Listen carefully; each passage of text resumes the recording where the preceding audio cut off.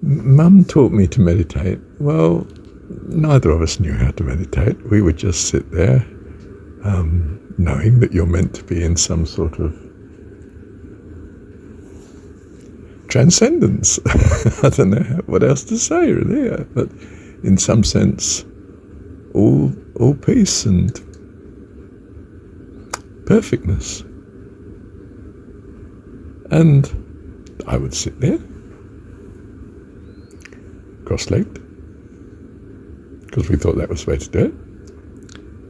And she was following integritee, yoga for you. So we did the yoga exercises. We thought they were possibly helpful, therefore. They're not exercises so much as postures and so on. But anyway, you know what yoga is, don't you? Headstand and all that sort of thing. I don't do headstand now, but I mean, I do some of the postures, asanas and whatnot. And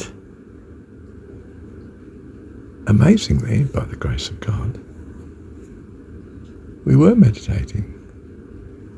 Because the final goal of all this practice, whether it be meditation or yoga or religion, study, the final goal is that blissful oneness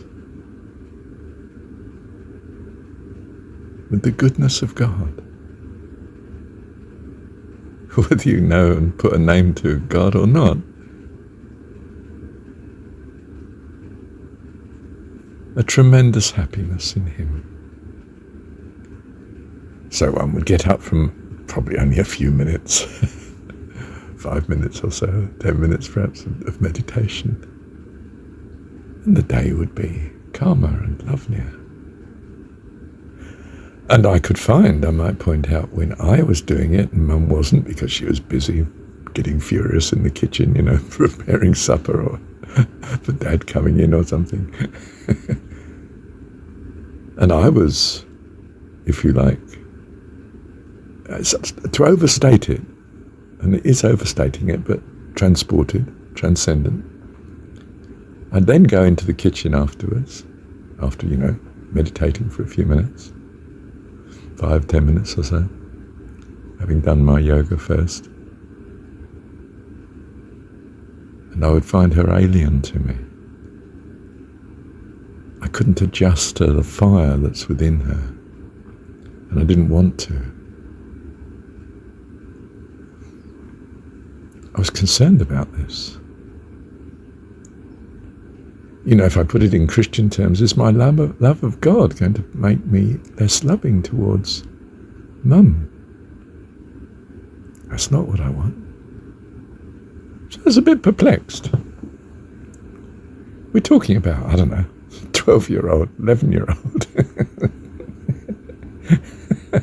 Perhaps that, no, I think that age. And I found, of course, as I continued through adolescence, that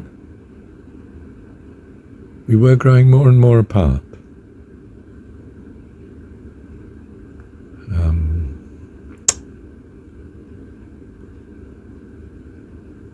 But I found it like an inevitability upon me. And in fairness, the apartness wasn't just because, I was following some godly path and she wasn't necessarily doing it so. For we're all children.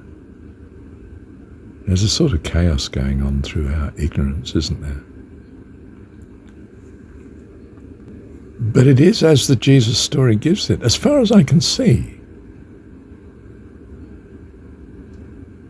Those who have ears to hear, let them hear. I'm not going to impose on those that don't have ears. So, for instance, I became Christian at some point, as I understood it, and very earnestly. And Mum did feel, oh well, hopefully he'll grow out of it. And you could say that was in some sense valid too, but I didn't take that as a great encouragement. And it wasn't meant to be, of course. And I don't mean she got it right for the right reasons. But yeah, by the grace of God, she probably did have it right. But I didn't have ears to hear, did I? No way.